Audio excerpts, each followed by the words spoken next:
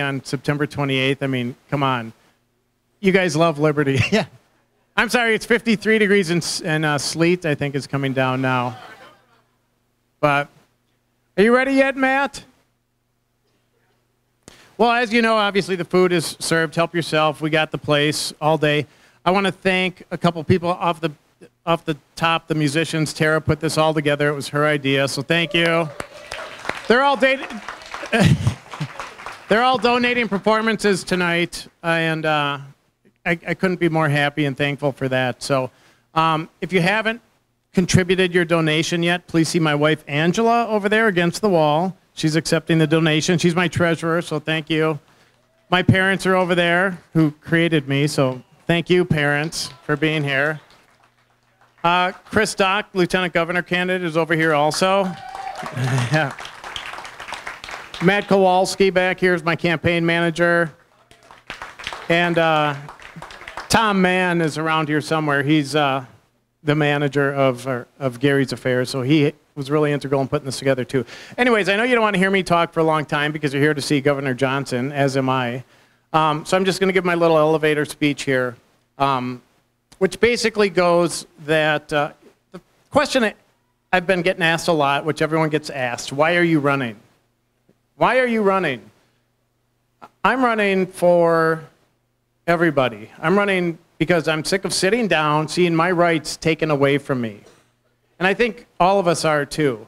I want your children to live in freedom. I want them to have social liberty. I want them to have economic liberty. I want to help you be free from the invasion of the collective, supposed public good of the collective. Individual rights need protecting. That's why I'm getting involved. And I would assume that's why all you are here supporting this effort as well. When I say, so to sum that up, I put it onto a slogan, legalize and minimize.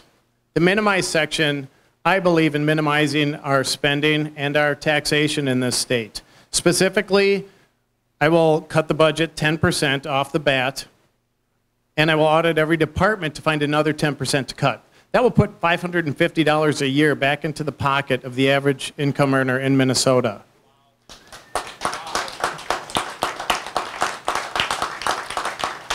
Secondly, I would like to end income tax for corporations and for individuals.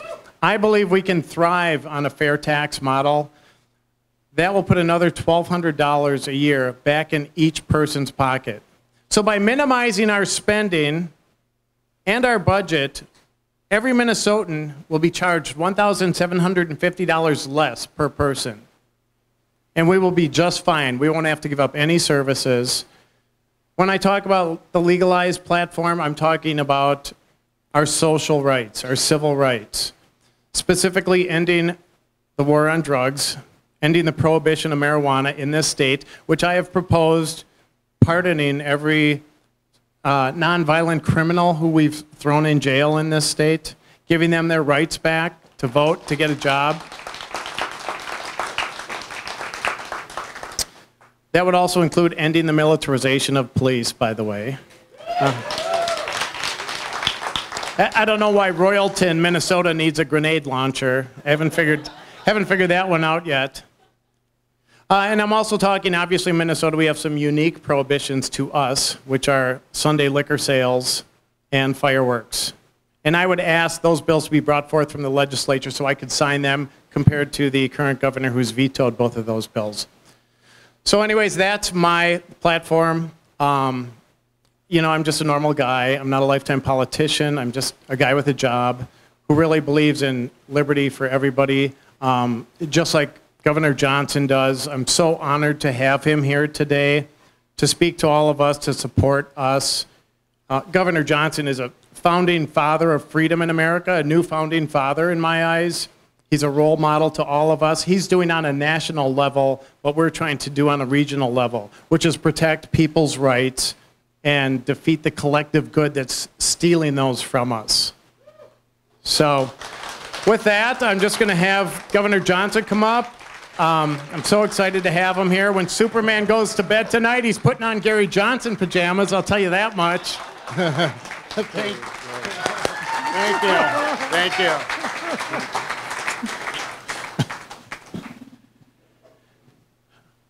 I'm here for one reason. I'm here to support the Chris's. Chris Dock and Chris Holbrook. I think they're fantastic. I met them. I got to talk to them at the national convention. Absolutely well-spoken, articulate, and really representative of the Libertarian Party. Everybody in the Libertarian Party. What I've come to recognize is that I get to be a spokesperson for all of you, and I'm trying to do the best job that I can doing that. But I also recognize that each and every one of you, if given the opportunity, would be doing this. And I'll reiterate, I wholeheartedly support Chris Holbrook for governor of the state of Minnesota. I think he'll do a fantastic job, and he'll make all the difference in the world, and he'll make every one of us proud here when he goes out on the stump and talks about these issues in lieu of the Democrats and Republicans that really have nothing to say. I mean, it's Coca-Cola and it's Pepsi on stage, and which one tastes better? I'm also asked right now all the time, well, how do libertarians stand a chance? I mean, how do libertarians possibly make a difference, and how can they possibly win any elections? Well, right now, we are suing the Presidential Debate Commission. We are suing the Presidential Debate Commission because it's antitrust, and we're suing them on antitrust grounds, that it's a monopoly. It's a monopoly. It's about perpetuating the two-party system. It's about Coke, and it's about Pepsi, and they're on stage, and they're arguing over which one tastes better. Well, they're the same. And the Presidential Debate Commission, look, this was established after Ross Perot got on stage, and it was established to prevent any third party from getting on stage again. Now, do libertarians win if they get on stage and participate in the debate? Probably not. But do they ultimately win because and disgust? Yes, we do. And that's another thing right now, and we should all take heart in this, all right? We haven't won any elections. We haven't won any elections to speak of.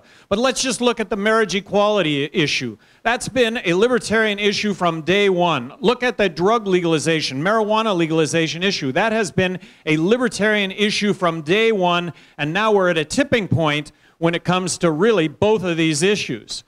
When you talk about military intervention, that's been a libertarian issue from day one. Stop with the military interventions. Look, we have tens of millions of enemies to this country because of our military interventions, and will somebody wake up to this fact as opposed to Coke and Pepsi up on stage debating not over should we, but how many bombs and what kind of bombs and the delivery system on those bombs and ground troops to go along with this.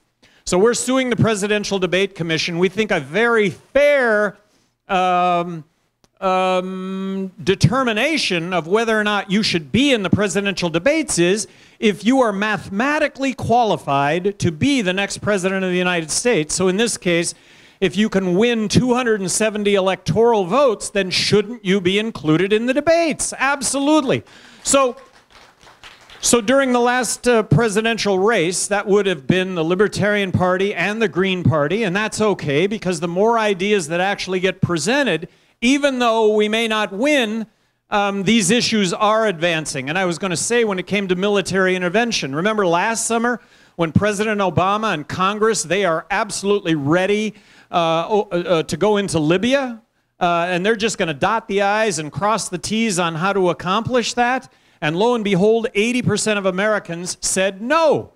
Well, these are libertarian ideals and beliefs, and we can all take credit that these ideas have advanced to the point that they're making a difference when it comes to public policy. So we're just behind the curve of actually winning these elections, and that is very significant.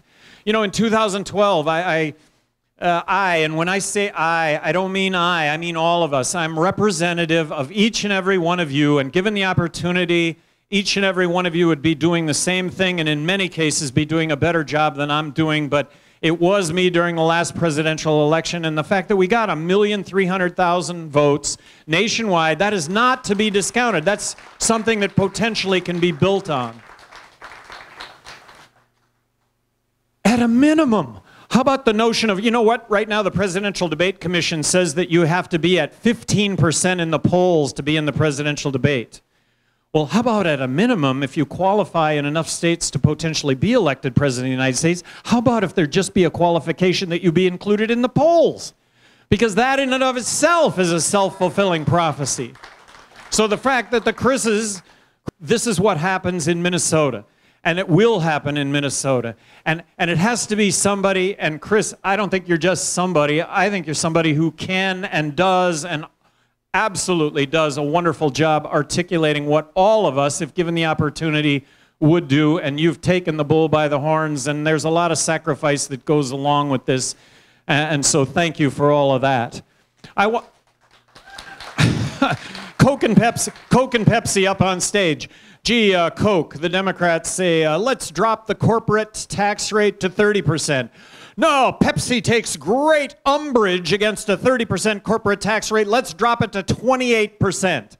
Well, how about the Libertarians? Let's eliminate corporate tax. Let's eliminate corporate tax. Let's eliminate income tax. Let's abolish the IRS. And if we have our say, let's replace it with nothing. Let's cut the spending that goes along with that.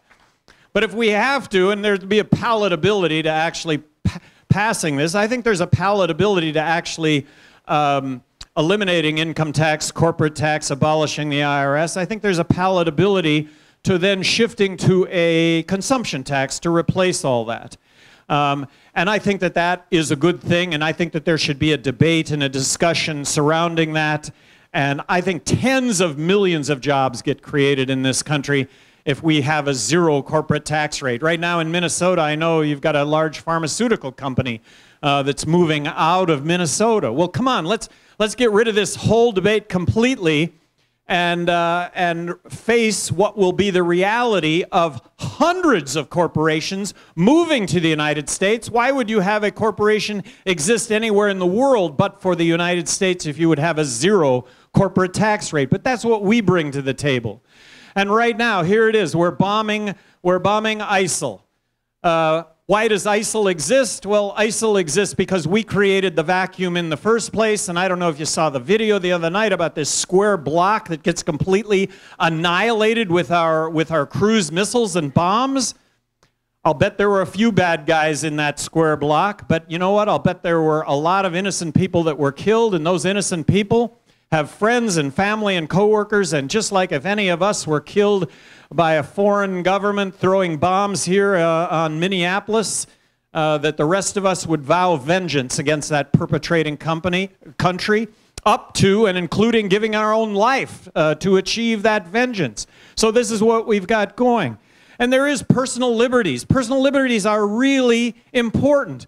Look, abortion. How can there be a more difficult issue than abortion? But shouldn't that issue be addressed by the woman involved, period? These are personal choices that should only be addressed by you and I, the persons that have to deal with these issues. When you look at drug policy, look, we should legalize marijuana, and we are at a tipping point, and we should take credit for this, and it's significant. It's going to make the world a better place. I really believe that looking forward that 20% of all pharmaceuticals 20 years from now will be cannabis-based. And when you look at the recreational side of marijuana, in which 2 states now have adopted the recreational use of marijuana, there are another 2 states where it's on the ballot this fall. I really think that it offers up a much safer alternative than what currently exists. And what currently exists are illegal, hard, prohibition drugs and alcohol. And this is a much safer alternative to those alternatives. And then you got immigration. Look, immigration, I think, is really a good thing. We are a country based on immigration. We all have our heritage in immigration. What's so bad with somebody that wants to come into this country and work to allow them to come into this country and work?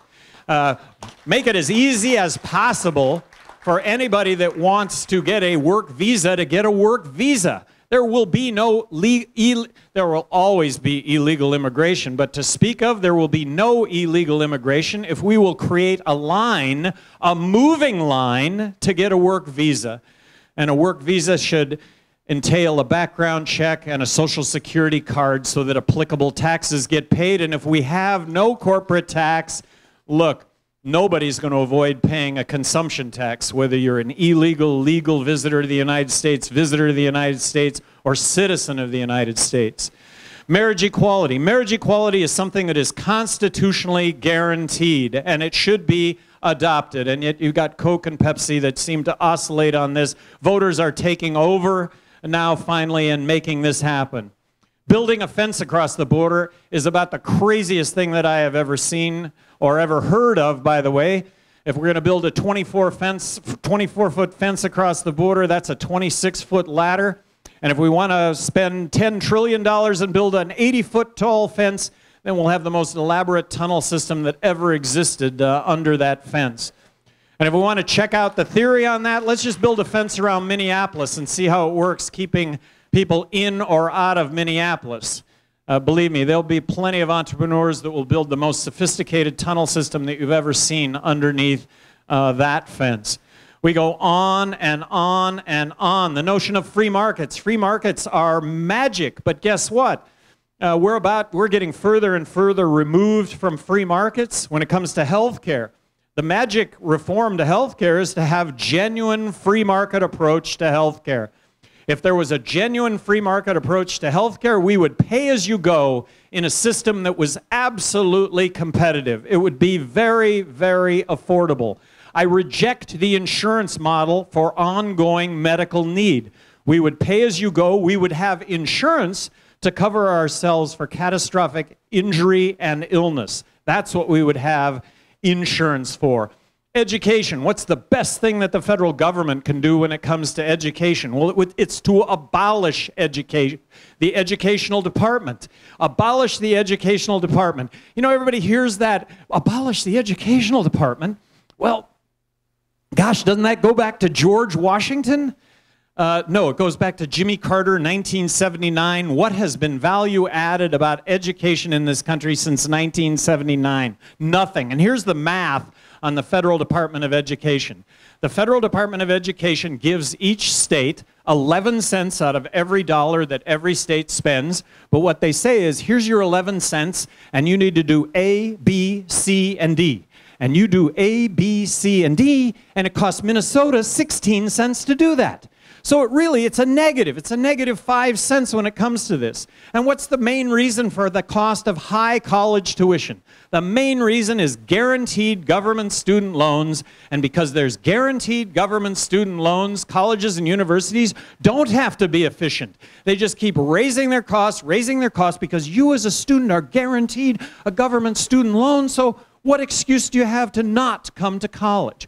Well, if students stopped going to college because it cost too much, guess what? Tuition would drop dramatically, and of course, that hasn't happened. So we go on and on and on, painting ourselves as giving a different approach for all of what we face in this country. You know, we talk about lobbyists in Washington being such a problem. They are. How do you get rid of Washington lobbyists?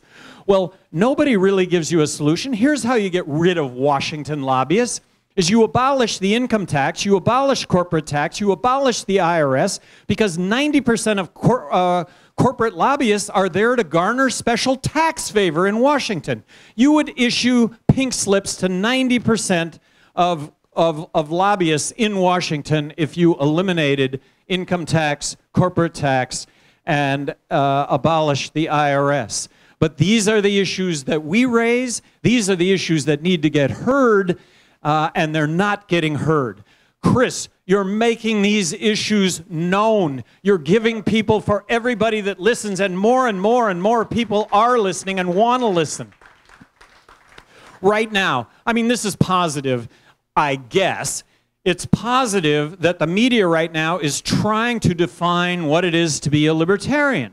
But what they're doing is they're saying libertarian / conservative / Republican / Tea Party. Come on. We're a lot more liberal than Obama has ever been on all of the social issues, and we're more conservative than Republicans could ever dream of when it comes to fiscal issues. You know, there were a couple of things that transpired during the last presidential race that I thought were really significant. One was they came out with a report on Rick Perry was beating his chest during the presidential campaign over the fact that he had created more jobs than anybody else on stage. Well, they did an analysis, and actually Gary Johnson created more jobs than anybody else on stage. And if you're kind of girding at what I just said, I gird at the same thing that I just said. They came to me, they said, hey, you created more jobs than anybody else running for president of the United States. My answer was then, as it was when I was governor of New Mexico, I didn't create a single job when I was governor of New Mexico. Government doesn't create jobs, the private sector creates jobs. But I think I played a really big role in this notion of level playing field. And that's what we're all about, and that's what everybody does want. Another thing that came out of this presidential race was the ACLU came out with a report card on all the presidential candidates. I don't know how many of you saw that report card, but you know, ACLU, group dedicated to civil liberties, a group dedicated to the Constitution of the United States. They came out with a report card. 26 Liberty Torches was a perfect score. Newt Gingrich, Rick Santorum, and Mitt Romney had 1 Liberty Torch between the 3 of them. 1 between the 3 of them. In third place was Barack Obama with 16 Liberty Torches. In second place was Ron Paul with 18 Liberty Torches. And in first place was Gary Johnson with 21 Liberty Torches. And that was not based on what I or any of the other candidates was saying. It was based on what they'd actually done while they were in office. So I thought that was very significant. And then talking about polling and being at 15% in the polls. Hey, you gotta be in the polls to start with. So during the last presidential election, and I'm speaking on behalf of all of us here, okay? All of us libertarians. We actually had a poll during the last presidential election, and it was the website isidewith.com. How many of you got online during the last presidential election on the website isidewith.com? 3.5 million people got online during the last presidential election and answered 36 questions on where you were on all the issues. And at the end of the 36 questions, you got paired up with the presidential candidate most in line with your views. Well, we won that. We were the next president of the United States based on that. Based on that poll, 3.5 million people, I, representing you, was the next president of the United States, which I think is very, very significant. Point being, if people just heard what it is that we had to say, it would, in fact, make a difference. And I think so many people that took that poll were surprised, and obviously it didn't equate to votes, but I think that the election ends up to be a contest over the lesser of two evils, not actually which one has the ideas, but something other than that, and it shouldn't be that way. I am really honored to be here today. I've been on a 3-day, we came from California, we came from Los Angeles, where we had really several successful events. I jumped at the opportunity to be able to come out here and support Chris Holbrook. He's, like I say, he's everything that I would want in a candidate, and someday he can be doing this too after he becomes governor at some point. And you know what? The notion of winning, you can't win if you're not in the race. You just can't do it, right? Gosh, is your lawsuit against the Presidential Debate Commission, is that going to be successful? Well, we're suing them, and you can't win if you don't sue them. And we're suing them, and it's going to cost several $100,000. And I have to believe that a lot of attention will also come out of this. And I hope the attention will spill over into state races, making people think, gee, do we have a libertarian candidate? Are there other candidates than Coke and Pepsi? Really? Is there another taste out there? Well, of course there's another taste out there. And it's the taste, back to isidewith.com, it's reflective of most Americans. Most Americans are fiscally responsible and socially, I don't give a damn how you live your life as long as your life doesn't adversely affect mine.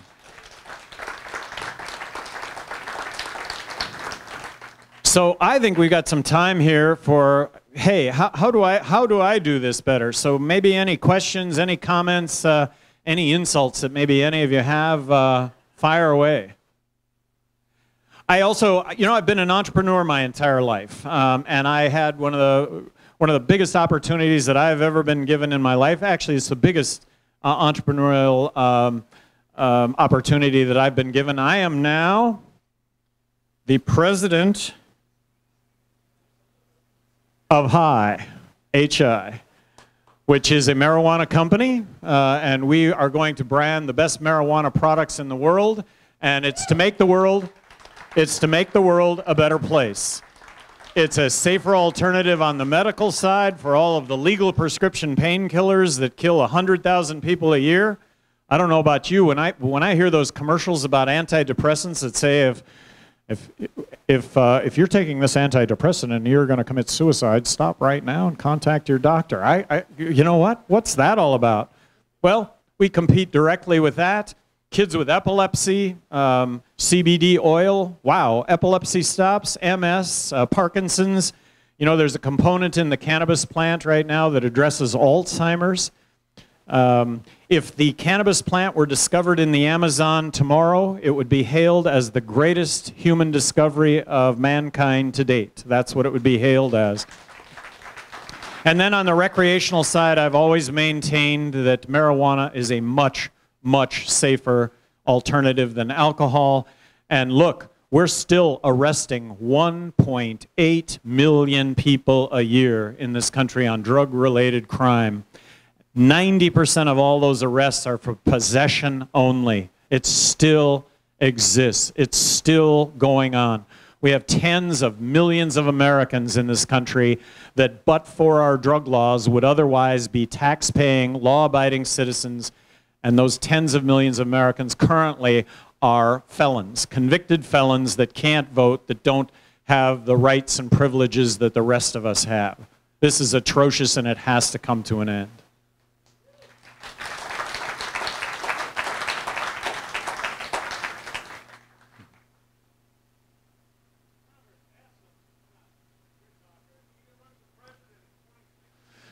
Well, am I going to run for president in 2016? I would love to run for president in 2016. I really would. But currently, I have my dream job. I'm the president of HI. I don't know why I'd want to be president of the United States, but I may be able to try and work both of those out. Anyway, I'd like to. I'd really like to. I'd like to potentially build on what happened last time. And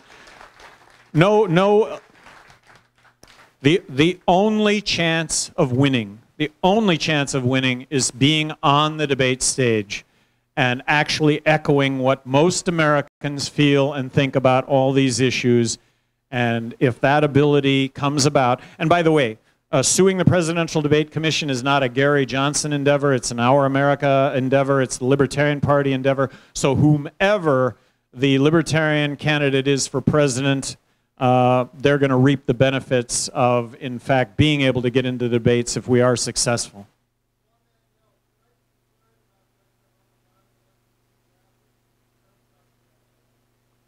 Well, first of all, any celebrity that, like Judge Napolitano, running for the nomination of the Libertarian Party, that is positive. That is positive, because within the Libertarian Party there will be a debate, there will be a discussion, and that should be open, or that should be greeted with open arms, and that's a terrific process. And I hope I know that libertarians will always honor that. I would like to share with you something that when I was governor of New Mexico, I'd never been involved in politics prior to running for governor of New Mexico. I got elected in a state as a Republican in a 2-to-1 Democrat state.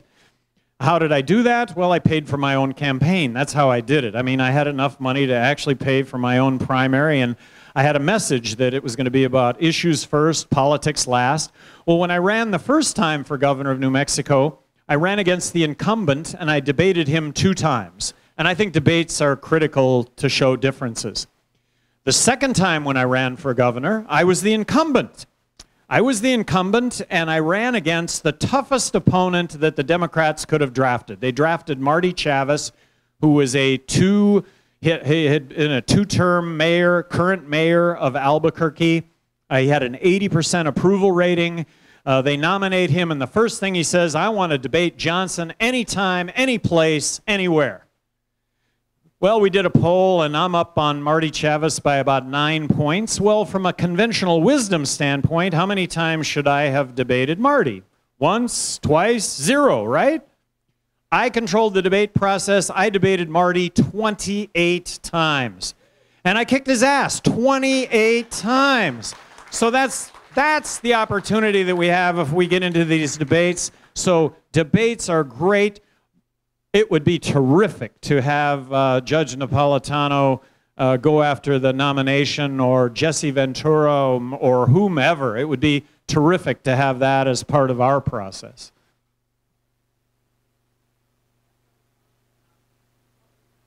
Thank you.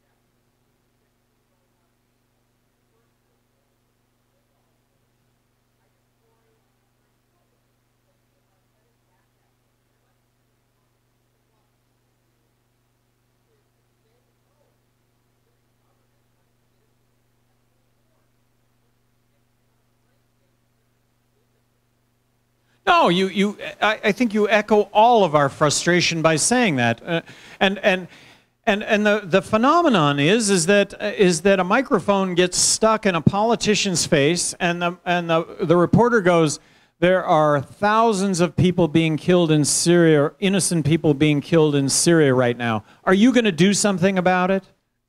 And the response is always absolutely, and the response has to do with bombs. And it has to do with military intervention, as opposed to, you know what, is we create these voids. We create these voids. We create these situations. Take any horrible situation, and at best, it's still a horrible situation going forward. And oftentimes the case, it's a worse situation going forward. And so diplomacy to the max, military power only used when we're attacked, and we're not being attacked currently. But nobody is standing up and saying that. No one. No one is starting out with the premise of, no, why should we get involved militarily in some other country's affairs? And yet I also recognize how intertwined we are. All these alliances that have been made by politicians along the way that have us in a position of having to honor these prior obligations. Stop. Stop.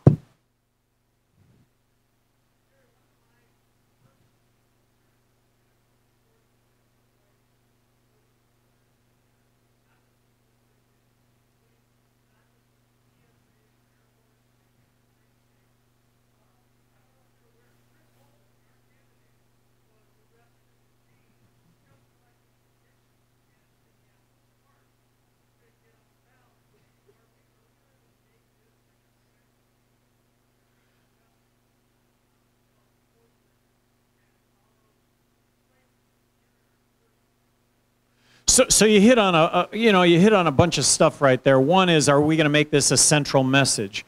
I think we've got a lot of message. Central to what it is that we have to say is that we're not going to use government force. We're going to use persuasion. We're going to use personal persuasion, and that the government should be engaged in that also. You hit on the fact that Chris was arrested last summer when I was listening to Chris, and I was immediately impressed, but when he said that, I kind of perked up and his stock doubled in my mind when that happened. So that was really a good thing. But look, our police forces are being militarized. Haven't you? I know you notice this, but not everybody notices this, and it's something that you can bring up at the office. It's what you can bring up with your friends, with your family, your coworkers. Is when you see commercials on TV now recruiting for police officers in individual communities. Inevitably now it's a commercial that shows an armored vehicle with riot-geared assault-attired police officers accompanying the rolling assault vehicle with automatic weapons. And then it shifts to shooting the automatic weapons, or it shoots to the assault vehicle ramming through the door of a home. This started with the drug war. It's now escalated to because of 9/11. And did you see today where the Homeland Security is now taking on another mandate for global warming? Did you see that today? It's crazy. Maybe somebody else can elaborate on it, because I just kind of saw it out of the corner of my eye, kind of watching out of the corner of my eye, the fact that Homeland Security is expanding its role. You're probably aware of this, but as governor of New Mexico, I may have vetoed more legislation than the other 49 governors in the country combined as governor of New Mexico. I vetoed 750 bills. If I would have been president of the United States after 9/11, I would have never established the Department of Homeland Security. Never. It's just completely duplicative, and I hate the TSA. I hate it.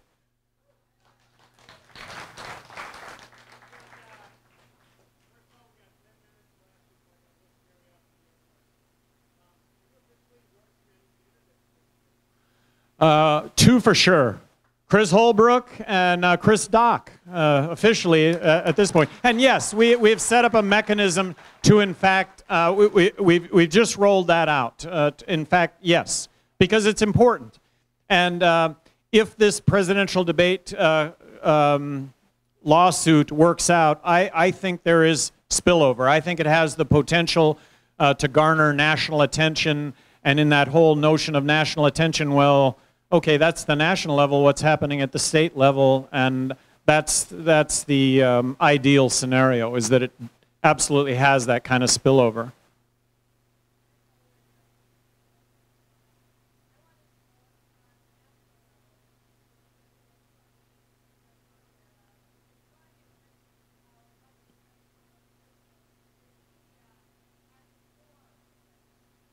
Well, I was going to try and touch on this before. You know, is the Libertarian Party trying to bring about the attention to, yeah, the fact that the media plays such a huge role in all this, and that it's not fair, basically. Look, there are all these issues out there, and bottom line, Obama, during the last presidential campaign, spent $1 billion. Romney, during the last presidential campaign, spent $1 billion. We spent $1 million. We got outspent 2,000 to 1. If we just had a little bit more money, or if we were in the presidential debates, wow, we could actually have the attention to, in fact, highlight the fact that we're hitting on all these issues. But resources, we try and do the best that we can with the resources that we have. And I just think, I hope you guys go out of here patting yourselves on the back that we do a pretty damn good job for what it is we have, and what we have are the ideas. What we have are the ideas and the people to be able to articulate and argue and debate these issues.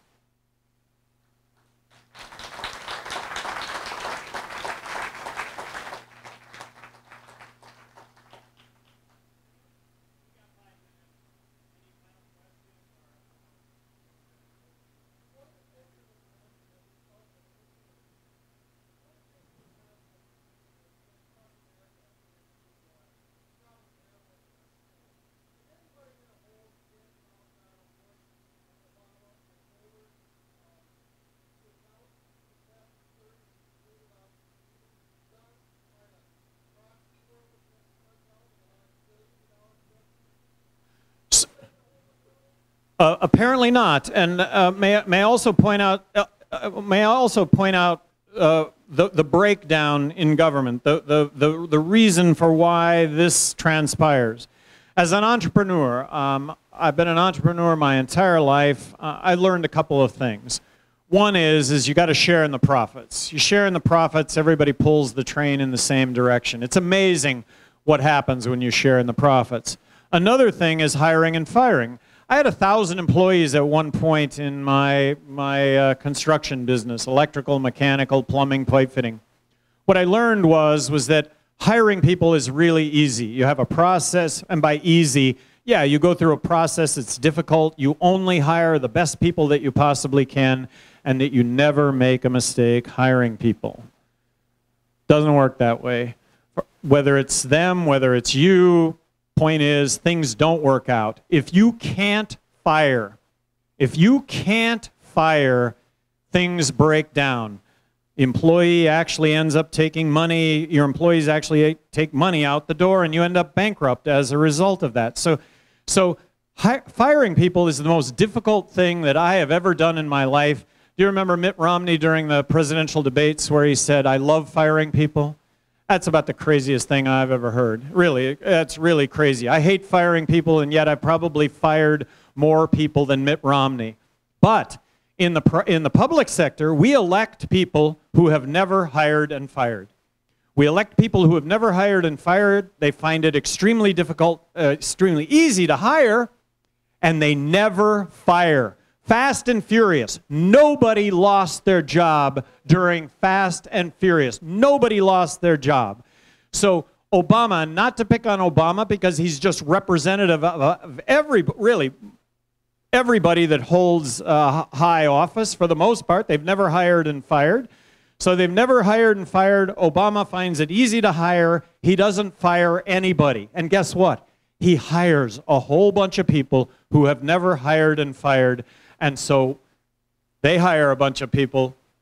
They don't fire anybody. Nobody's lost their job in the Obama administration. And this is the essential breakdown of the public sector as opposed to the private sector. Thank you all very, very much. I do have a plane to catch.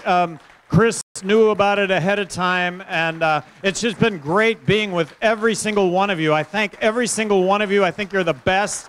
And keep it up. Don't stop. Don't stop. We're making a difference. We're absolutely making a difference.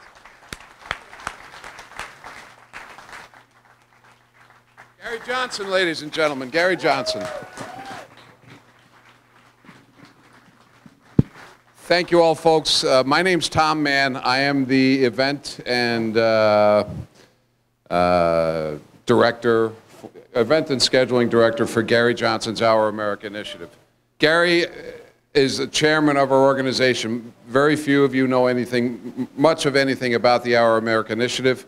I'm going to tell you about it real quick here and why we need your help.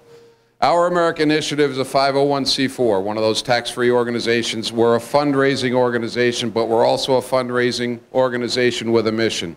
Our mission is very simple, to redefine the liberty movement. We have two issues at stake right now. Gary touched on one of them, that being the presidential debate lawsuit. We are the funding organization for that lawsuit. We need $200,000 to get this thing going. We've got two plaintiffs right now. We've got the Libertarian National Party has also joined the plaintiff, and we're trying to get the Green Party. Very vital that we raise money for this, and I'll inform you of some ways to do that. Our other objective, and what sets us apart from other 501c4s like Campaign for Liberty, we are also a functioning organization that is pushing liberty-type ballot initiatives throughout the country. We have leadership set up in almost all the states right now. Our director in this state is Kevin O'Connor. He's over there. Our objective is to make this organization support other organizations like the Green Party, like Normal, anybody who's spearheading a particular ballot initiative. We are reaching, we say we're redefining the liberty movement in America. That means we are engaging all of the, what sometimes people might think are contrary to us, like the Green Party, like the progressives, the Liberal Party, the Democratic Party. If you go to our website and you look at, we have advisory councils on 16 different issues. Members of these advisory councils include Republicans, Democrats, Libertarians, Green Party members. I think we've even got a communist on one of them. We reach out to these organizations on issues that we agree on. Now, do we agree on all issues with these organizations? No, but we think it's time that needs to change, where everybody fighting their own battle, not on a united front. We're trying to unite fronts. 6 months ago, when I started doing this with Gary, we had 2 states and 2 issues that we had we had either endorsed or sponsored. As of Friday, we're now up to 19 states and I believe 22 issues, and our objective is to get 50 states and hundreds of issues, help organizations that are spearheading it, using the power of Gary Johnson, using the power of a 500,000 plus email list, using the power of our million plus social media. This takes money. Anything you can do to help, we appreciate it. I think we put some cards out on your table. We take checks, cash. Anybody want to write me a check for $200,000, you'll be my best friend. Right there. Also selling books in the back that Gary will sign. We don't have much time for him to do it, but if you get back there, that'd be great. And a very popular item right now in our inventory of swag. We have official, and these are collector's items, by the way. You can find them on eBay for $10 a piece. We have official 2012 Gary Johnson presidential campaign rolling papers. When's the last time you saw a presidential candidate with rolling papers? Anyhow, thank you all very much. Help us where you can. Thank you for having us here tonight.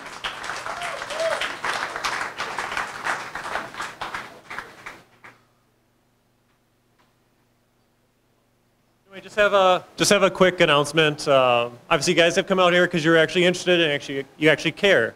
We only have about a month left to the election on November 4th, and you have to actually do something. So use your network. You know, in the Libertarian Party, we don't have all these resources. We don't have the millions and millions of bucks that the other parties have. So we have a couple things you can do. We have a bunch of these at the back table there. Please take some when you leave tonight.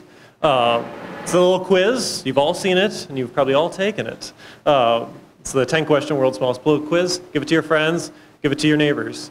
So you can take that at the back. The other thing you can do is help us with our radio ad campaign, which we will be advertising tomorrow. It's playing on the stations in Mankato, Rochester, in the Twin Cities here on KDWB and the 93X, and in Duluth. So it's 25 bucks an ad, and I'll have my computer back there. You can hear them. But that's how we actually get our message out. We don't want to live in an echo chamber, so actually get out there, take some of these. There's some free stuff back there, so you can come visit me later. Thanks.